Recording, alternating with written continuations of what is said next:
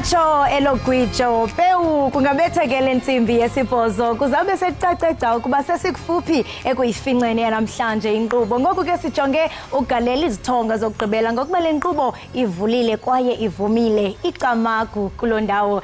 Elinye ke lamanqaku esizawujonga kuwo kule yure lethu, umongameli ke uCyril Ramaphosa uza kuphehlelela ugunyaziso lolawulo lwemida eMusina eLimpopo namhlanje. Kuza kuthi ke kubekho nodliwano ndlebe malunga ne-World Teachers Day, ezemidlalo, umculo njalo njalo, njengokubonile into yokubana sindwendwelwe nguye uIkhona ethi mabudede bomnyama kuvele ukhanya. Isendimlo ke ukhola usaka lubisi umadlongothi. Ndiziqika-qika ke nenzwakazi yapha kwamageba akasemhle, andazi noba mhlambe kuba eve uba sawuvela pha ku-SABC Plus waqomba jonga new beginnings.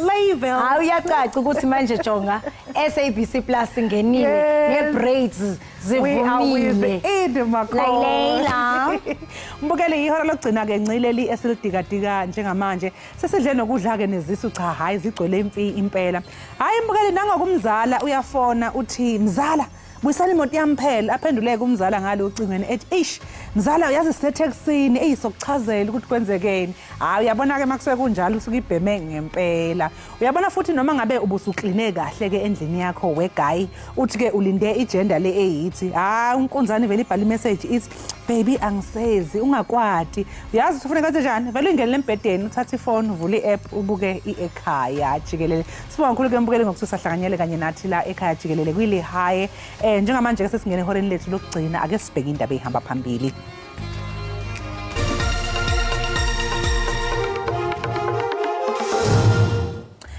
Umongameli uCyril Ramaphosa uzokwethula isikhungo esobhekela imingcele eMusina eLimpopo namhlanje kuseni.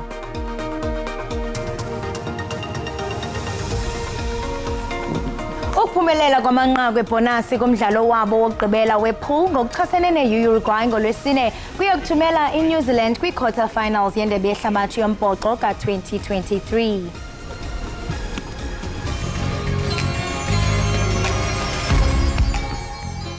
Sawubona mbukelo omuhle, noma ngabe kunezindlu zodaka kusekhaya lapho lalela Ekhaya Jikelele ikhaya lemfudumalo. Siyakwamukela ngeyifudumele izandla bize ex yakho induna umthatha ongakini ikhansela nenkosi ungababiza besondele bengaphuthelwa umsombuluko kuya kulesihlanu ubatshele bezobukela indaba eyinohlonze zithulwa abasakazi abanohlonze ezemidlalo ezokungcebeleka nesimo sezulu asambeke.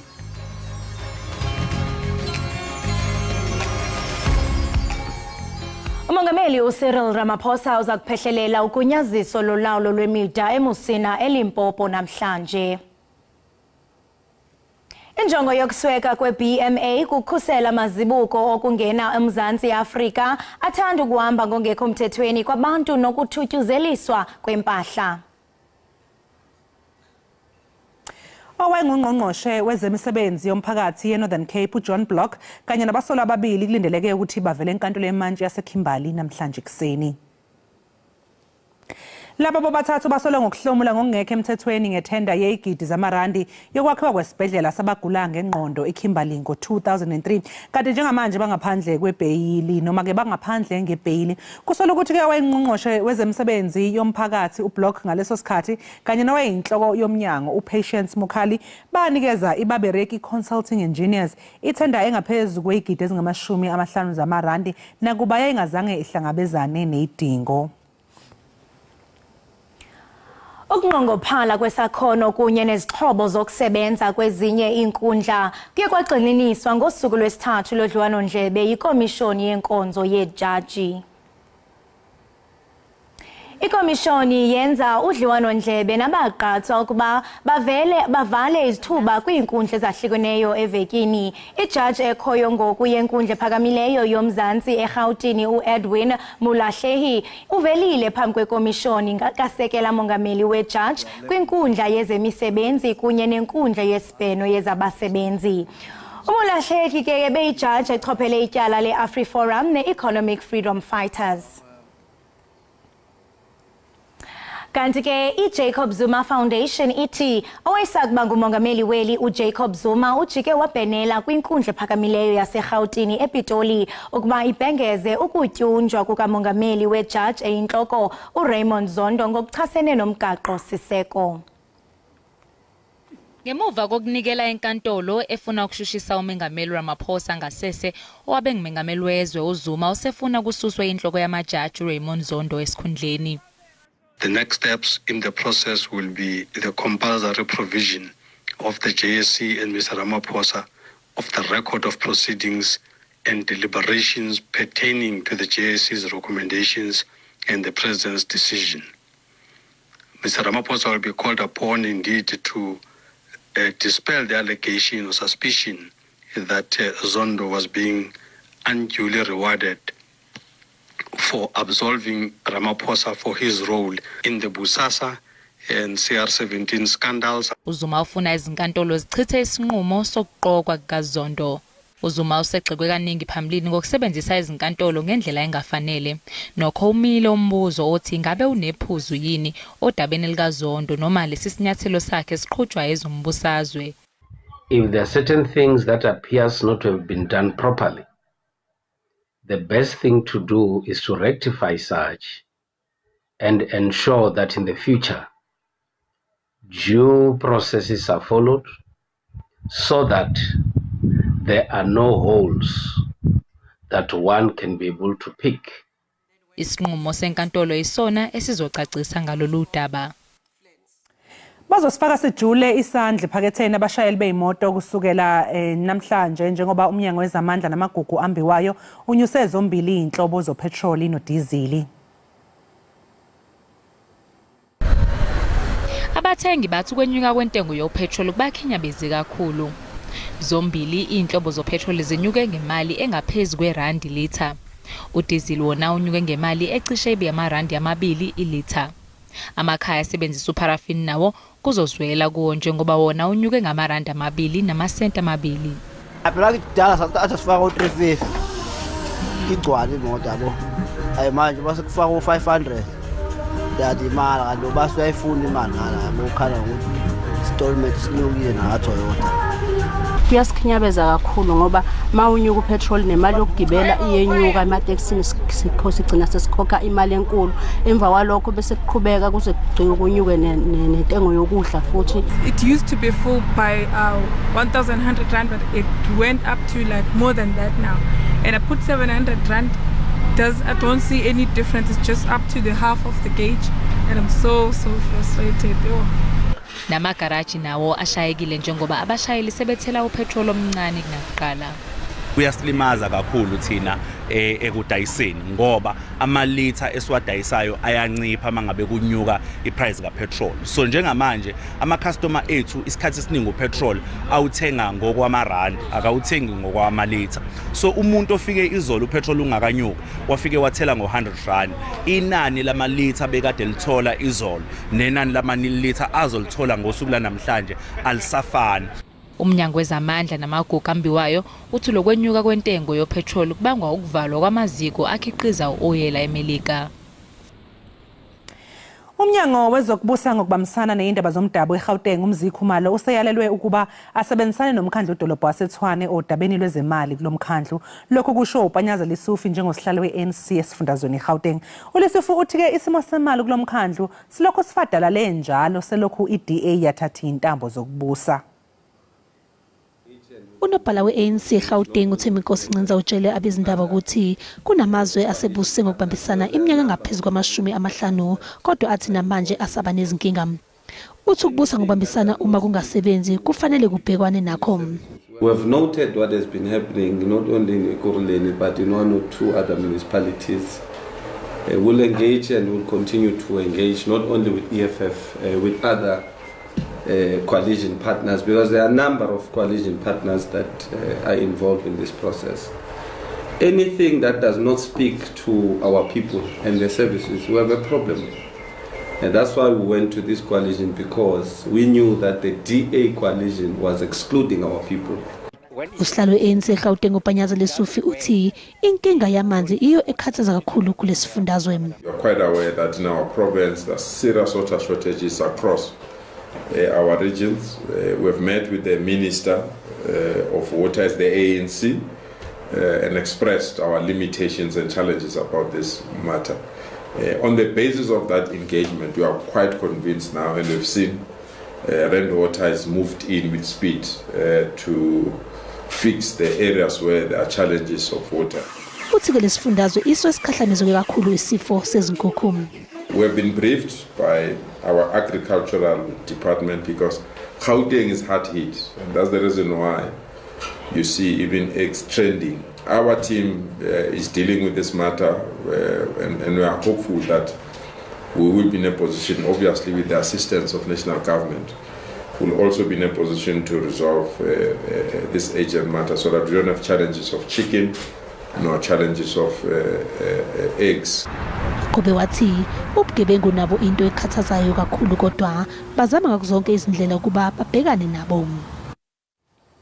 Limiselwe umvulo ityala lokubulawa ukaSenzo Meyiwa kwinkundla ephakamileyo ehleli ePitoli. Ijaji uRatha Mukhahleng okanye uRatha ugqibe lokuba lirhoxise ityala ukuze anike amagqwetha abarhanelwa ithuba lokuba aqwalasele isifungo senqina elilandelayo eliza kubizwa ngumbuso. U-Advocate Zandile Mshololo upheke uConstable Zungu ngembuzo mayelana nobufakazi bakhe obuthi wayenomsolwa ngosuku kwadutshulwa ngalo uSenzo Meyiwa. Lesihlabani sebhola sabulawa ngo-2014 eFosloras eGoli kanti umsolwa wesihlanu samile kwelokuthi akakaze abe sehostela laseFosloras ngalolu suku. The accused says that he never went to Busuthu hostel in Fosloras, as we have said. From around 5 when those pictures were taken, he moved to his place where he was staying in a flat in Johannesburg, CBD. There isn't anything that I can comment about because you are telling me. Umsholola akakwazanga ukuphothula ukupheka ngemibuzo ngoba ethi usafuna ukubukisisa imininingwane ekhombisa izikhathi nezindawo zezithombe ezatholakala kumakhalekhukhwini womsola wesithathu. Ngenxa yalokho ufakazi omusha akabangisalithola ithuba lokuqala ukwethula ubufakazi. Firstly, there's a witness that the state intended to call. He is here. It's Lieutenant Colonel Hose. He's going to testify about the downloads. He's a cell phone analyst. Was going to testify about the downloads of the cell phones that were confiscated from accused number 2 and 5. His report was only received on Friday, my lord, and the defense were given copies on Monday. Leli cala lizoqhubeka ngomsombuluko. Right, mbukeli we-Ekhaya Jikelele ngaphambi kokuba ke uphume uye kwindawo ngendawo qiniseka into yokubana nixhobisekile ngokwenzekayo kwisimo sezulu. Kodwa ke mhlambe ninganqinela nami nxa ndisithi iweather oyijonga pha kwi-SABC Plus inomohluko ingathi nokomani lithe rholele ngamafu. Rhabula ungafinci.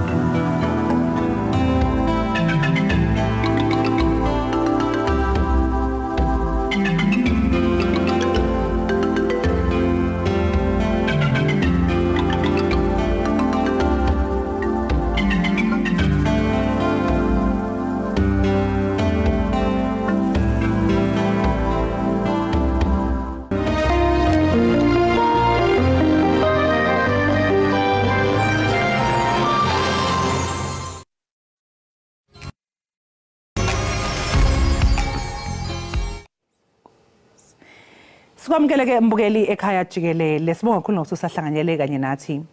Ngokwembiko ekhishwe uphiko lwezempilo enhlanganweni yezwe cishe bangamaphesenti angama-80 abantu basezwenikazi Afrika abethembele emshanguzweni yesintu. Imithi ke yesintu yayisetshenziswa kakhulu umbukeli ezwenikazi ngaphambi kokufika kwabelungu okuyibona ke abafika nemithi yasentshonalanga. Njengamanje sixoxa ke nomelaphi wendabuko uDokotela uMandla Lukhuleni ozosichazela yena kabanzi ke ngamakhambi esintu. Dokotela, yebo, asikubingelele sikamukele Ekhaya Jikelele. Sibonga kakhulu ukuthi ube nathi namhlanje ekseni. Yebo. Ya, ngiyabingelela kuwo wonke ababukeli emakhaya. Professor CM Lukhuleni. Yes, Prof. Ya, inyanga ethwasini. And futhi ekade la kule place kwelapha. Ngicala ukulapha mina 1994 masithola inkululeko eSouth Africa. Which is ngene ephehlweni ngo-1990. Ngahlala enyangeni ngafunda umuthi. From 1990 until 1994. So umuthi wesintu ngiyawethemba mina. Ngani ngoba ngikholela kuwo futhi ngiphila ngawo. Ungangithola nga doctor ngahle kunala kuphazamiseke khona. Angeke ungithole eclinic. Mangiphethwe lokungiphethe ngihlale phansi ngihlanganise imithi yesintu ngidle. Hawu kunesisho nje sithi inyanga yinyanga. Inyanga ayikho into enjalo ma. Ngoba angisho nginesiphiwo sabantu abadala. Imithi ngikhonjwa ngobani abadala. So if ever ngingakwazi ukuzilapha ngamanye amagama ukuchaza ukuthi ayikho lento. Because bazongikhomba ukuthi no, umuthi weso usebenza into eso. So kumele ngithathe lo umuthi ngiwupheke ngizwe kimi ukuthi uyayenza lento engiphethe na. Ngani ngoba ngisho mawuzoza emsamo ngicala ngibonise ngilele ukuthi no kuzofika ufikile endumbeni. Ufikile uphethwe isisu, ufikile uphethwe ishukela. So umphekele na umuthi awuphuze usebenza lula futhi tani nalo osuke sewafakwe ezinye izinto ungasawuthuli kahle. Manje ngifuna ukuzwa kahle lapha ngoba ngizwa uthi uprofessor. Ngifuna ukwazi ukuthi ke with regards to izinto zesintu kanjena noma izinyanga uprofessor uthi uprofessor because uprofessor uhambile ufunda euniversity wathola ukuthi uprofessor noma lapho uthi uye khona for 4 years endumbeni lapho ufika wathola khona iziqu zakho zokuthi uprofessor wesintu. No, i-African medicine ngiyifunde kakhulu. Ya ngifundile ngaphandle kokuthwasa. Ungakathwasi kuphi waqala ngakho? Ya no, sengithwasile. Oh, suthwasile. Because of angisho uma uzalwa usuku namaphupho. So i-calling mayingibamba. Ngake sengibuka ukuthi yini ekumele ngikwenze ukuchubeka nemfundo zami. Ngathola ukuthi no, ithi ngichube ngeAfrican medicine ngikwazi ukuyazisisa kahle. Nokuthi yini right umele uyifake so ileyo hayi ugogodile ufundile ungathi kubalekile mhlambe nokuthi abanye abayinyanga nabe babe nayo i-background education formal education. Ya kubalekile ngani ngoba kunesisho esithi knowledge is power. Education is knowledge. So if ungana knowledge kunonkinga ngizofika ngikupha umuthi kanti lo muthi lo angofundelanga kahle because of nowadays abantu bathwasa 3 months. Akusafana kudala. Umuntu uthwasa 3 months so uthola ukuthi manje ukulwazi oluningi akanalo kanti imali okahamba funda uzonikeza abantu into ekahle. Manje ngizwe ubala lapha njengoba ukhuluma ngodaba lokuthi wena wazi kakhulu umuthi wesiZulu ngeke nje umuntu azakuthole isikhathi esiningi kwadokotela. Uma ngabe mhlawumbe siqhathanisa imishanguzo yesintu kanye nemishanguzo yodokotela umehluko ukhona sesiwami because of uma ukhumbula kahle kukhona imithi yesilungu edidwe ngesintu. So if mina ngikunikeza lo muthi ongazanga wahlaziwa ngezinye izinto or wamixwa nezinye izinto usuke uye ngqo esifini lesi sikuphethe ngoba uma sengizokunika sithi ngikunika i-tablets sengiwenze waba i-tablets angisakalanga ngendlela engakhona so ngizophuza i-tablets eyi-1 awuyipolice lento uyenzani uyayilalisa kanti mangipheke imbiza engiyaziyo ukuthi le mbiza le mayifika eshukeleni iyayishaya ishukela ngala noma umuntu bangathi ushukela usobolise maybe inyawo ikwazi ukuthi mangikunike lembiza nalomuthi engiwazi ukuthi lo uzofika ulaphe lesasilonda bese uyaphila. But if ever ngizolo kanjani ngithi ngiyenza ngesilungu ingako abaningi namhlanje abana inyawo abaningi namhlanje abanani. Manje ngoba usho nawe ubona ukuthi mhlawumbe kungafuneka ukuthi kube nezinhlelo nezenziwayo ukuthi imishanguzo yesintu nayo ifakwe ingene nayo kwi-formal platform, if I can call it that, ibe ihlanganiswe njengesintu, kube khona ukusebenzisana kwabesintu kanjalo nodokotela bese-Western medicine. Ya ngibona kufanele lokho sesiwami. If kungenzeka njalo izifo eziningi zinganqobeka ngoba ngisho vele kahle mase sikhumbula liqiniso noma masibuyela kamva kancane emuva thina ama-Africans sasiphila ngemithi. Ngala umuntu aphuka ithambo kwakunikeza umuthi awuphuze uyothunga ithambo without cement. Namhlanje seyithambo lipholisa cement, which is maybe 30 isikhathi. But if isingasebenzisana nakwesilungu ngoba sekukhona ngeke ukwenze lutho, kungaba kahle impilo zabantu abaningi zingasinda. Manje ngenxa ukuthi eminye imithi ke yesintu akaze icwaningwe ochwepheshe, baningi abantu abangathi hayi mina ngiyesaba ke ukuphuza lowo muthi lowo ngoba uyingozi or ngiyesaba ukuthi ngingase ngenzakale njalo njalo. Ungathini nakulowo muntu lo?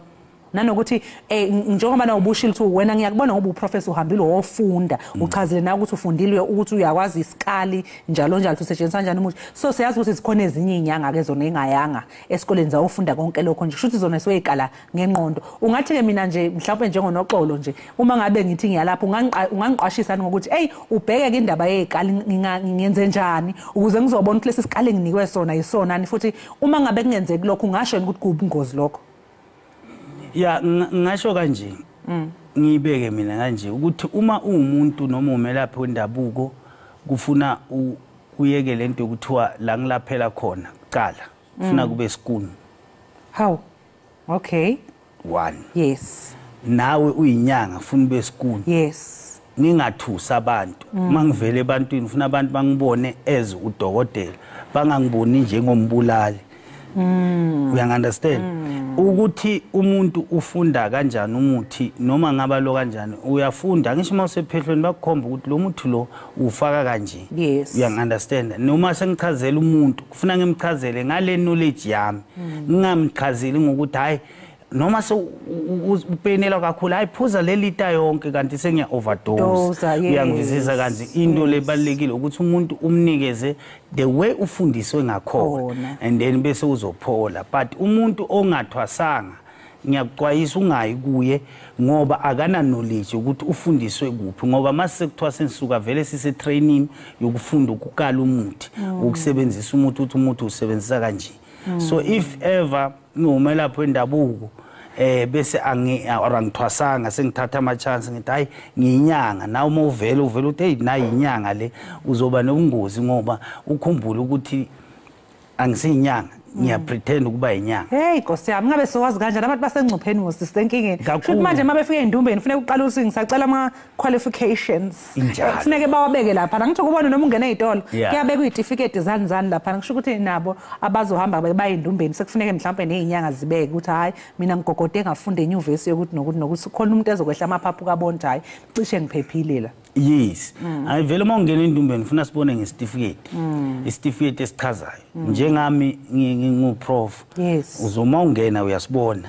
Noma uma ngabe awuyanga emsebenzini ngiyakwazi ukumenzela ngani ngoba ngisemthethweni. So angisi fly by night kunama fly by night namhlanje abantu bakithi abasakholelwa uye wabeka ipoint ukuthi abantu bakithi bayesaba. Abasabi ngoba basaba umuthi abasaba umuthi ingoba kunabantu abasuke babagila endleleni bathi yini yinyanga bazumuthi bengasizi inyanga. Manje ungathini ke mhlawumbe ungathena kukhona yini ukucindezeleka kini njengezinyanga mhlawumbe ngabe kuqhathaniswa nodokotela besintu? Ya ngisho ngithi kukhona kanjalo ngoba uma ukhumbula kahle manje kwakunesifo esithize esibuyele nje kancane emva ku2020 COVID. Uma ungavela una ukuthi nali ikhambi lami engiliphethe nge100% sure ukuthi iyayishaya icancer lento they will say uyahlanya lo ayikho lento le uyangivisisa and then noma uyithathe lento yakho banikeze mabafika lela ama scientists bayicheke lento bathoka ukuthi lento iyakwazi kuyilapha lento but bajike bathi lento yakho ayinavilo uthi 1 2 3 uyayithola seyikhona lapha echemist so uyayithola lapha lo kanjani uthi hayi man kanjani ngoba lo muthi lo yilo ngawuyisa lapha so siyadlezeleka kakhulu ngoba uma uzothatha ulwazi lami ulisebenzise uthekimi alisebenzi so kungcono ngihlale nemfihlo yami bese ngisizela laba abeza kuphi abakholelwayo kule mfihlo yami ngani ngoba angeke phela ngisho kuma uvuye esikolweni uyofundela ukuthi ube nolwazi mase uthola umsebenzi asithi maybe uyi-PR umele uthole i-PR mara mase ufika nomsebenzi u-PR bafike bathi umsebenzi wakho no awusebenzi ayikho lento yakho hamba ekhaya uma uthi phapha sothola omunye umuntu le nto bokhuluma ngayo uyayenza manje prof mangabe ngifika ngiza lapha endumbeni yakho ngizohlola angithi kuthiwa ukuhlola kwenzeke yini uthi cha mntanami hamba ekhaya akukho lutho nje iqiniso lihle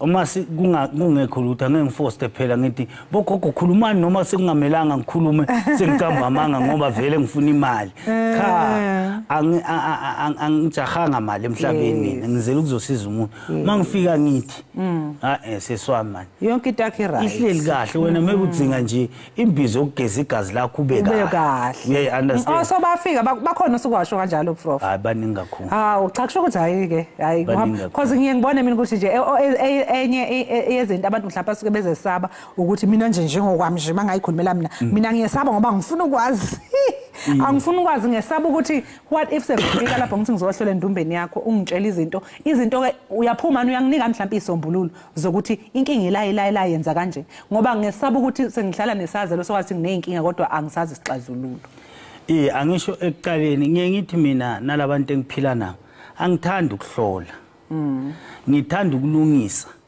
bese umuntu abakahle emva kwaloko sesingamanzi ibheke kuphela ngeke ngithi hey yazi uthakatha ubani lokho sekucabanisa kusesekwelapha kanti uma ufika ekhaya ngifike ngithi mina sesayimani ngikubona ukuthi noma unenkinga yesilonda esithize noma isifuba sakhe asihlaliseki kahle ithi ngithatha amakhambi ngikunike uphola bese ngiyakuqwayisa sowupholile uyanganazela uyathi umunye engihlala naye umama lendlini athi kanti baba ungathanda ukuhlola ngathi ngihlolela ini ngoba inkinga yami ngiyayazi so athi ngitshele lo muntu inkinga yakhe bese uyawa uyanazela uphatha heart attack sengimbulele lo muntu and then kanti ngangithathe umuthi ngamnika abanye abantu abasikuthi ungabachazela inkinga zabo because of ngizokuchazela inkinga yakho ngithi inkinga yakho isukela la nala bese athi okay athatha isibhama hamba yomshaya manje isikhathi ke sethu sesisincane nje sesophetha nje ngifuna sisenabe kakhulu kodwa sisi nje qaphu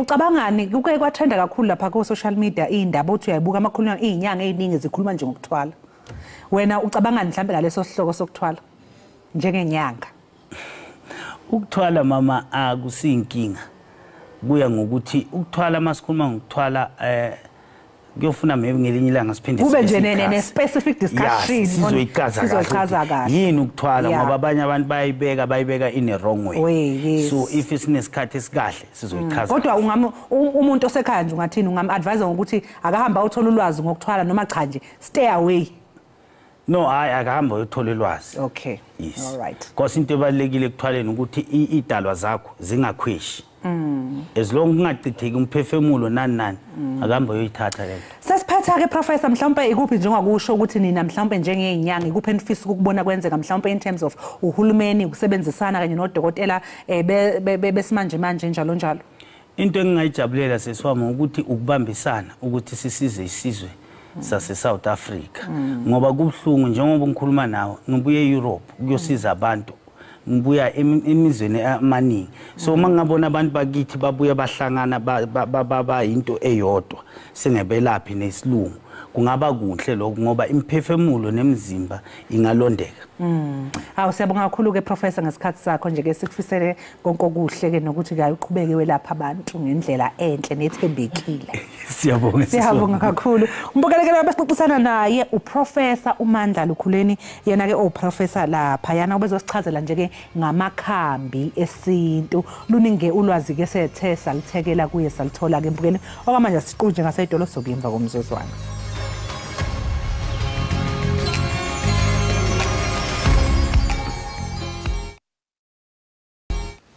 Enkosi ngokuhlala nathi nisasibukele apha ekhaya Jikelele. Namhlanje ke siniphathela esinye isiqendu sika ubusazi na. Lemini ke namhlanje lusuku olwathi laqanjwa njengosuku lokuqatshelwa kwabafundisi intsapho kunye nendima yabo ekuhlaleni. Ukunaba ke ngakubi ngolusuku kunye nendima yotitshala siza kuthetha nelungu lenabthosa. Kodwa ke ngaphambi nje ngokuba senze njalo make simamele sibone inqaku esithe salididiyela malunga nolusuku. Rhabula ungafinci. Namhlanje iWorld Teachers Day nelusuku eluqatshelwa unyaka nonyaka ukunika imbeko kootitshala kwihlabathi liphela. Olu lusuku lokuqaphela indima ebaleke kakhulu ekufundiseni nasekuqoqeni ikamva lezizukulwane zelixa elizayo. EMzantsi Afrika iWorld Teachers Day ibaleke ngakumbi ngenxa yemicelimngeni yeli lizwe kwezemfundo.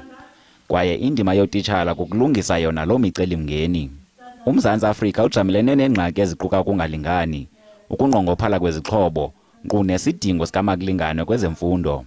Ukuqaphela nokubhiyozela utitshala ngolusuku kugqamisa ukuzinikela kwabo. Kwaye kukhuthaza uluntu ukuba luxhase luphinde luzinikele kwezemfundo neyinto elulutho ekuphuhliseni ilizwe. Ngolusuku kulapho kuvunywa kunqwalwe khona ukuba ngenene ootitshala basebenza nzima, kwaye ke oko kubanika ithuba lokuba babe nakho ukulwela amalungelo abo, baphinde baphucule nezinga lemfundo kweli. Esi ibisisiqendu sethu sanamhlanje sika ubusazi na.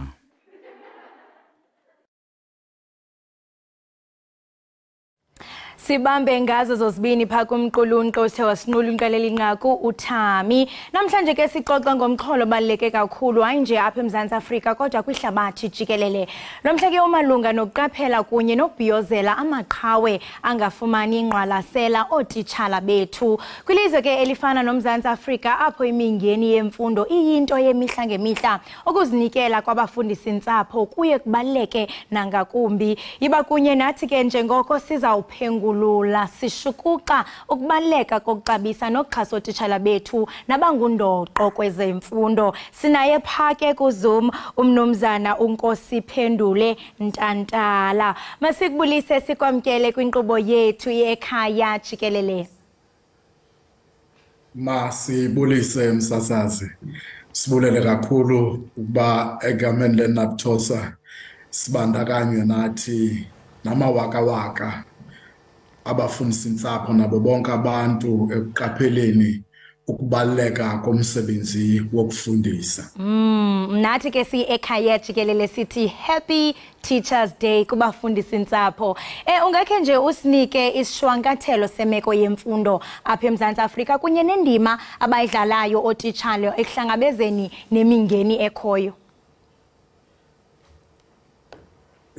Okokuqala egameni lenabthosa msasazi mandivuyisane nootitshala kwilizwe lonke ngakumbi kwelomzantsi Afrika jikelele ngale mini yabo ekuqatshelwa ngawo umsebenzi wabo. Mininzi imingeni msasazi sinayo kweli lizwe lethu ngokunxulumene nezemfundo.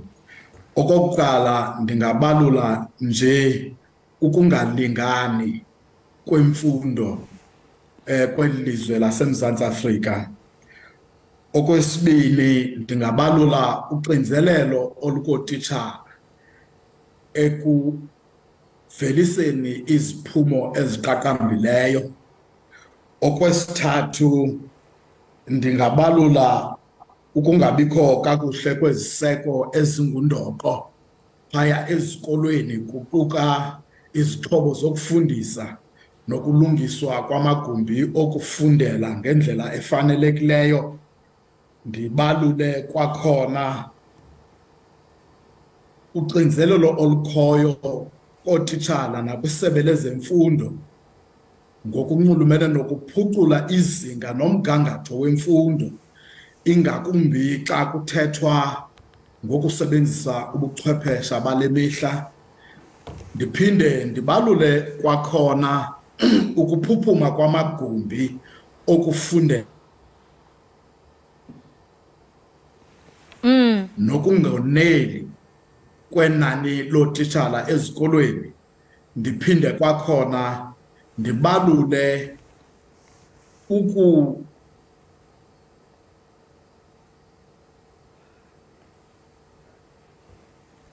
Right mbukeli wami kuyabonakala into kubana kubhideke nje ikomiki lo besithetha naye nguye uNkosi Phendule Ntantala nobesixelela banzi kaloku mbukeli njengoko namhlanje kuqatshelwa okanye kubhiyozelwa abafundi sintsapho. Sazama ke mbukeli into kubana siqhagamshelane naye njengoko kaloku besimbuza into bangaba mhlambe mbukeli kwenzeka ntoni isishwankathelo salonyaka esisho into kubana mininzi imingeni otitshala bahlangabezana nayo ingakumbi ke xa sawujonga kwindawo ezisemaphandleni, lack of resources, ukushokoxeka kweziseko ezingundoqo ngeyona nto ke athubana iphala phambili mbukeli. Sisazozama ke into kubana siqhagamshelana naye sixelele banzi ngokuba mhlawumbe yintoni eqhubekayo. Kodwa ke masithi qhwi pha evenkileni siyabuya usabukele ekhaya jikelele.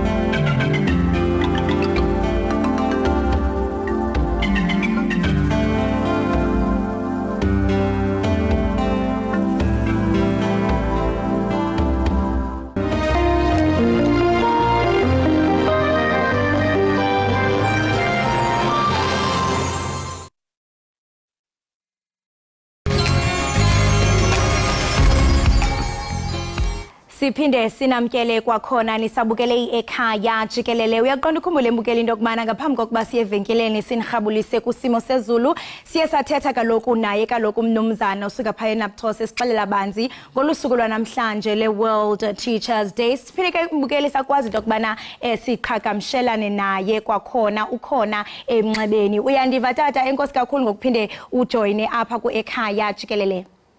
Siyavana msafara. Sibambe ngazibini. Umbutho wabasebenzi wotitshala uwathethelela njani amalungelo nomdla wotitshala kuba siyaqonda into kubana kwezi veki izintathu zidlulileyo naye kaloku Njimucheche bekunye notitshala ebaxhobisa kwaye ebabhiyozela phantsi komxholo othi the teachers we need for the education we want. Njengoko uye wachaphazela eqaleni into bana mininzi imingeni otitshala abajongene nayo ingakumbi xa sijonga kwi-lack of resources. Kukho nezikhalazo zokuba otitshala basebenza ngaphaya komgqaliselo kodwa imali namaqithiqithi aphantsi. Enkosi umsasazi.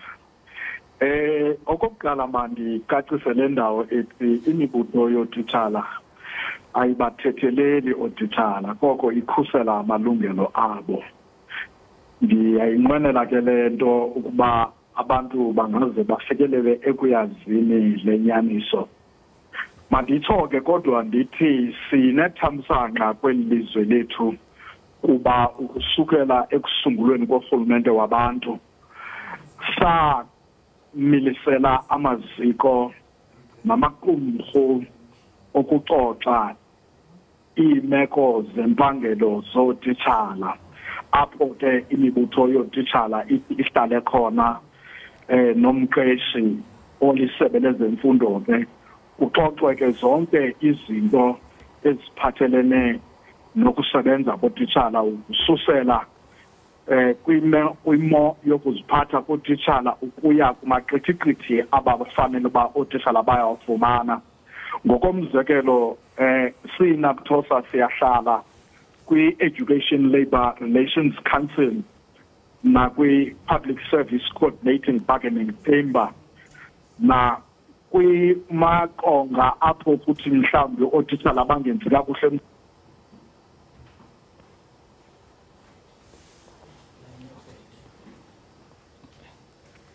Ingathi uphinde wasiqhawulelwa kwakhona asaze yona nto iqhubekayo mbukeli kodwa ke iiguests zethu ezininzi zidla ngokuthi into kubana bachaphazeleka kakhulu ngumba we-load shedding. Besithetha kaloku mbukeli njengoko sibhiyozela ootitshala namhlanje kanti ke mbukeli nangoku kuyo le nyanga ka-October kwi-World Teachers Month apho kaloku kunikezwa ingqalasela komsebenzi omhle owenziwa ngootitshala. Siyazi kaloku mbukeli into yokubana akukho nto ingenziwa uninzi lwabantu umntu nomntu angazingomba isifuba athi ndinjenje namhlanje kungenxa yootitshala. Besiyatsho ke mbukeli into yobana njengombutho bayelwa kakhulu namalungelo ootitshala. Siyazi kaloku mbukeli into yokubana indima edlalwa ngumbutho wootitshala ekhuthaze namathuba ophuhliso kunye kaloku nokuba baqaqambe. Ndithe mbukeli nam xa ndithi ndiyajonga enye i-article ndafumanisa into yokubana phaa kwinyanga kaJuni kuye kwaphuma i-article esitsho into yokubana kunemfuneko yokuba ootitshala balapha eMzantsi Afrika banwenwele bangene kwisebe lezemfundo lapha e-UK. Besingathanda ke mbukeli ukuva banzi ngokuba mhlawumbe ngawaphi amathuba abawadalayo njengezuko eqinisekiseni into yokubana badala amathuba ophuhliso kootitshala. Kodwa ke uba wena usibukele apho ekhaya ungutitshala nathi si-Ekhaya Jikelele sikothulelwa umnqwazi ngomsebenzi owenzayo. Right noxolo saqhubeka kaloku si-Ekhaya Jikelele sibhiyozela ootitshala. Siyaba celebrate othisha ngabe siyini ngaphandle kwabo. Siyilokho esiyikho because of othisha okuyibona basifundisa. Mina nje oqhamukayo nje in particular in my head ekhanda lami uthisha wami engifundisa isiZulu. Because ukubona ngaleso sikhathi nganganakile buka manje umsebenzi ngothole ngesizulu sami. Hawu Nkosi yami hayi sibathulela umnqwazi nangona ke babebetha abanye kodwa xa uthi uyajonga ingakumbi xa usuka kwizikolo zasemakhaya wawubona into yobana utitshala ukwangumzali lanto bana mhlambe umzali uphelele ekhaya kapheleli ekhaya kuphela kodwa notitshala uthatha inxaxheba yokuba no ndiyakohlwaya because mhlambe kowena ayifumananga ingqeqesho mna ke ndingutitshala singokohlwaya kodwa ke ngokwamalungelo izinto ngoku ziyazitshintsha kusithiwa mhlambe into ezifana no corporal punishment azivumelekanga ezikolweni. Hey ndikubhlungu umuntu uyabheka sometimes ubona ukuthi othisha izimo abasebenza ngaphansi kwaso ke ngoba kukhona izikole nezingane othola ukuthi ayilawuleki. Ukubona ko social media kuke kwatrenda kakhulu ama-video mhlawumbe uthola ukuthi abafundi balwa nothisha noma bashaya othisha uzweke lapho usubona kuma-comments sebecomment abanye othisha uthi hey inkinga esibhekene nayo bafowethu ukuthi ke iy'ngane njengamanje iy'ngane ayisalawuleki asisazi ukuthi senze njani sesize sizizwa nathi ngathi in danger sisengcupheni yokulimala uyabona okuvele kube buhlungu ngelokho ngoba uyacabanga ukuthi laba bantu bangabazali kanti sekukuphi ukubona uthisha umbone umesabe ngoba naye ulingana nomzali wakho futhi mdala. Iba buhlungu kakhulu nyani nabo xa bevakalisa le nhlungu yokuba yes siyaxhatshazwa ezikolweni kuba abantwana uzibuza umntana uba ungena njani nebhozo ukhona omnye wayeleqa utitshala ngebhozo kodwa ke wena mamtshali nawe mbukeli nakubeni ke zikhona izinto ezibuhlungu ezenzekayo kodwa ke asikwazi into yobana sijonge kuphela kuzo zikhona nezinhle esiyababona otitshala njengoko ngokupha ko-TikTok bedansa nengane ebonisa into yobana kwixesha lakudala wawuqonda uba yho utitshala uyamoyika ufuna ukuhleka naye but abo bangoku uyababona bengena kwi-challenges and benza i-education ibe fashionable because ukhona nomnye owenza inantsikana o-life science ndiyakhumbula into yobana sake saxoxa naye lo oculayo bengabe siyofundisa ecula nomnye bethunane ndandibone ividiyo yakhe ekama umntwana inwele xa sibomntana inwele zakhe zazirakaraka wamnceda wamkama into ethi nje ootitshala abangotitshala kuphela kodwa ngabazali sinothulela umnqwazi mhle kakhulu umsebenzi eniwenzayo. Happy Teachers Day. Happy Teachers Day indeed mbukeli. Njengamanje ke mbukeli sothi nje kequnga sayitolo kodwa ungakhohlwa phela ikhona uzosinikeza umculo omnandi ungaphuthela ubusukhohliwe. Ungenzi kanjalo. Siya nje ezitolo siyabuya emva kwamsozwana.